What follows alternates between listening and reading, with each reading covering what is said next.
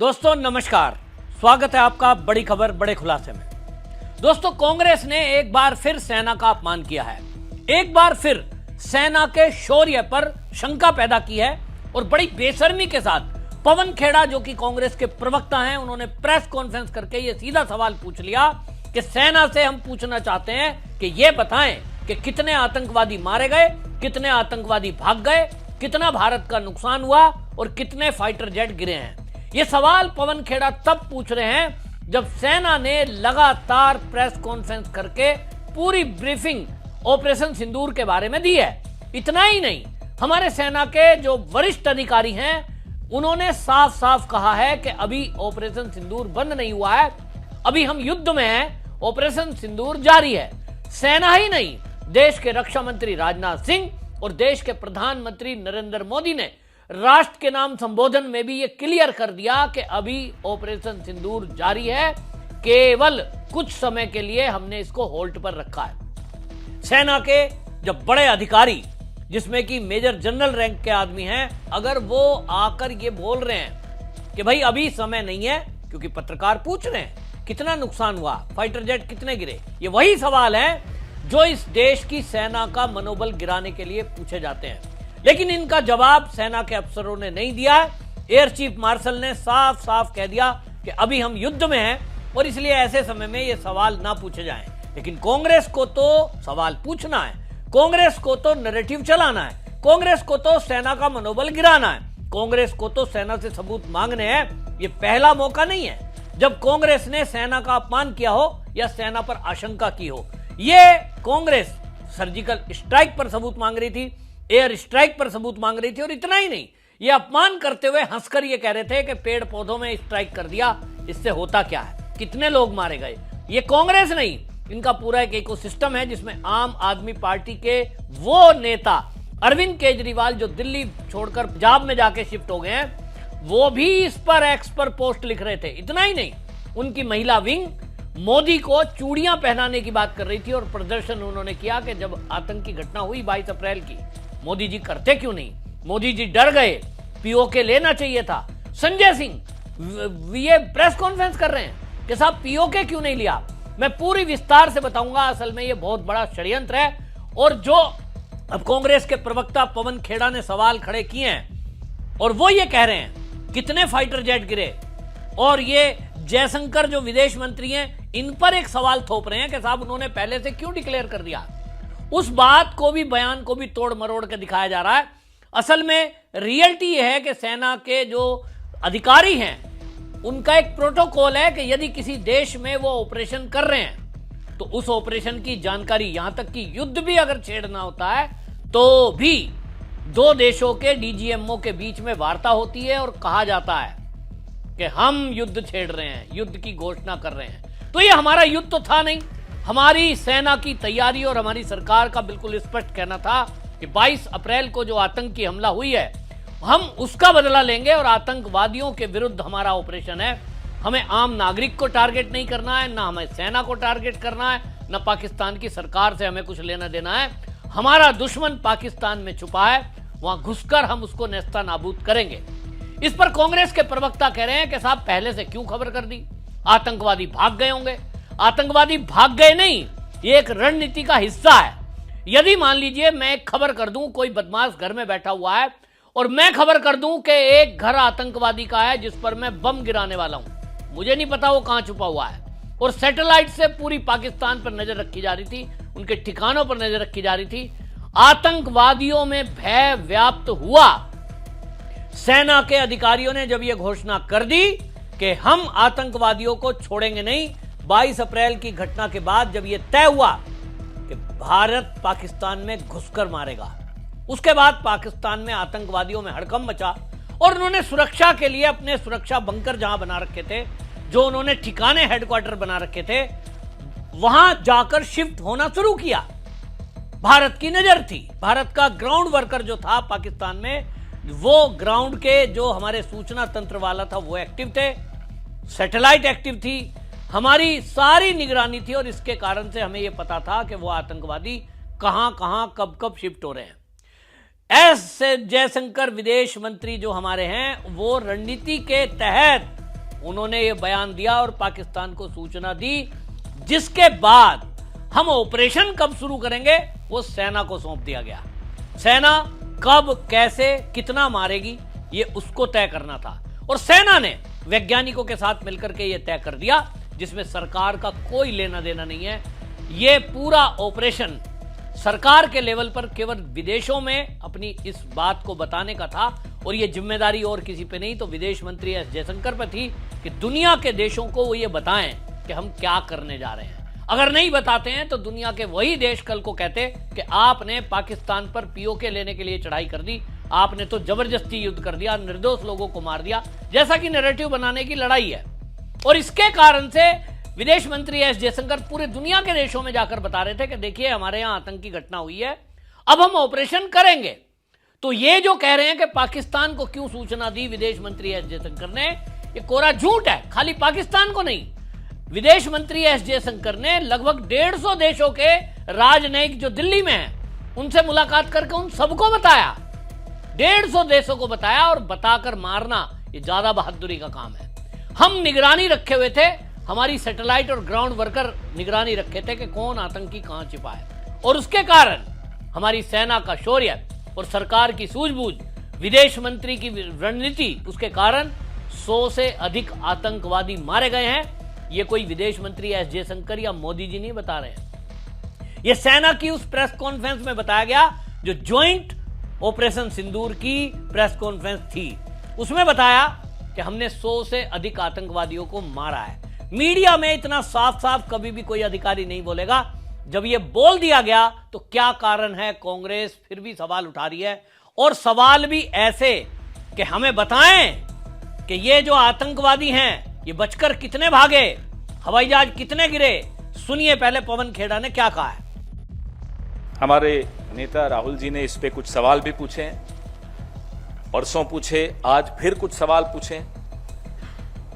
ये बहुत महत्वपूर्ण इसलिए हो जाता है कि पिछले पूरे एक हफ्ते में अमेरिकी राष्ट्रपति डोनाल्ड ट्रंप अलग अलग देशों में, जमीन पर, हवा में, हवाई जहाज में एक बात दोहराते रहे कि उन्होंने युद्ध रुकवाने में मध्यस्थता की।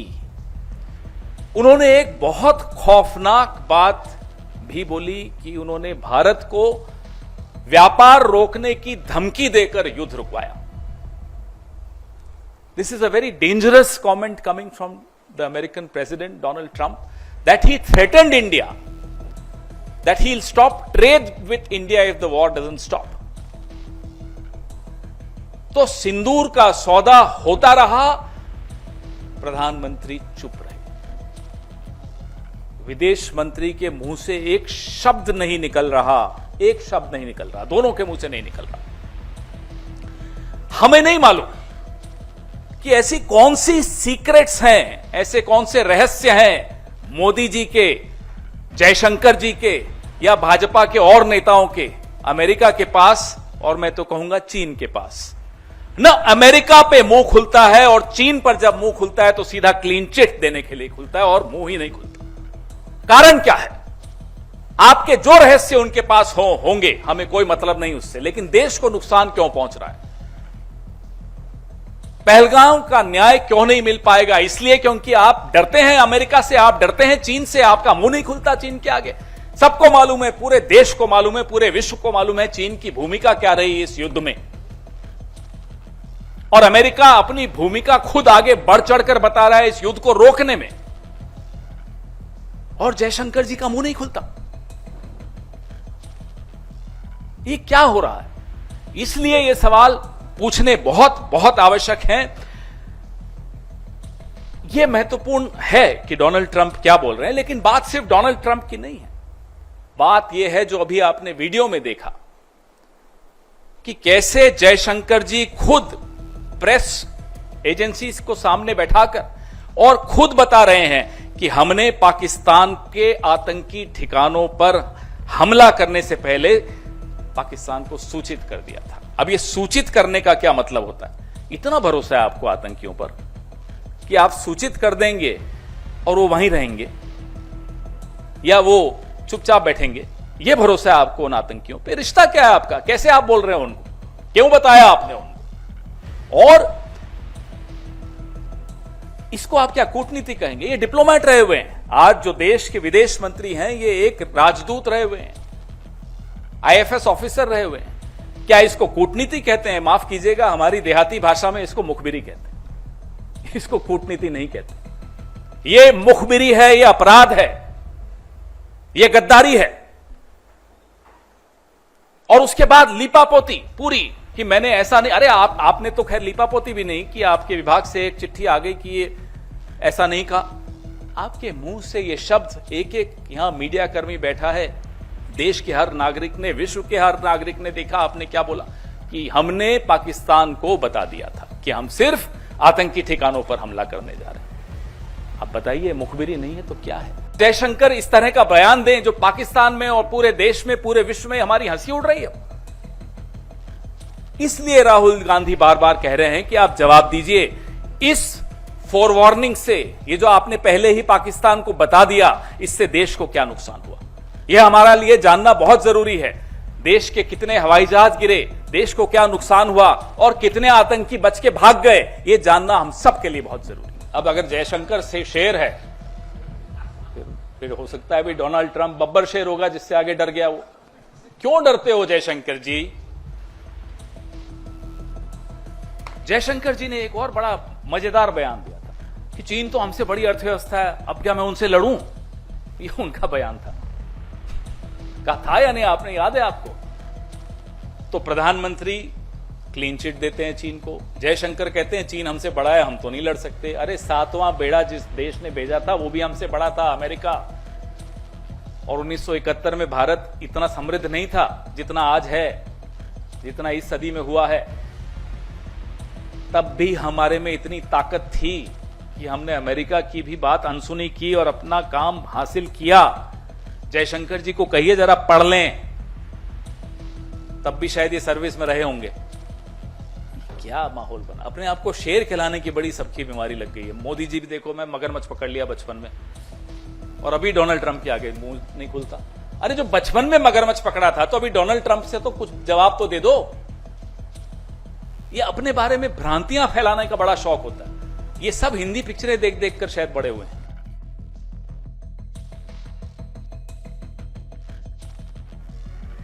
अब ये पवन खेड़ा कह रहे हैं कि मुझे ये बताओ कितने आतंकवादी मारे। अरे सेना के अधिकारी बता रहे हैं, तुमको सेना के अधिकारी पे सवाल उठाने का अधिकार किसने दिया? सेना के उच्च अधिकारियों ने, आप सोचिए एयर चीफ मार्शल है, वो खुद आकर बोल रहे हैं, टीवी पर मीडिया में बोल रहे हैं, एयर मार्शल बोल रहे हैं। एयर मार्शल ने बोला ना, प्रेस कॉन्फ्रेंस की उन्होंने, तो उनका बयान पढ़ा है। उन्होंने कहा कि हमने 100 से अधिक आतंकवादियों को मारा।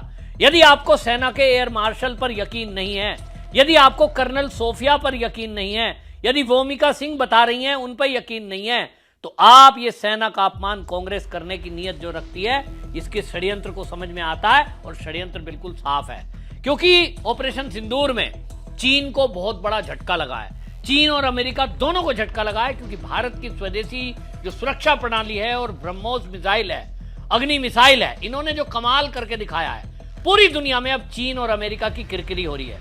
चीन का J-10, J-31, JF-17 और उसका जो रडार है HQ-9, पनडुब्बी टैंक सब फेल हो गए। अमेरिका का F-16 भी फेल हो गया और अमेरिका की निगरानी फेल हो गई। पूरी दुनिया में भारत की सेना और भारत के स्वदेशी जो ये अस्त्र शस्त्र हैं, अब इनको भारी ऑर्डर मिल रहा है। चीन का ऑर्डर जिन देशों ने दे भी रखा था, उन्होंने कैंसिल कर दिया कि भैया चीन की जो मिसाइल है वो तो फुस हो जाएगी।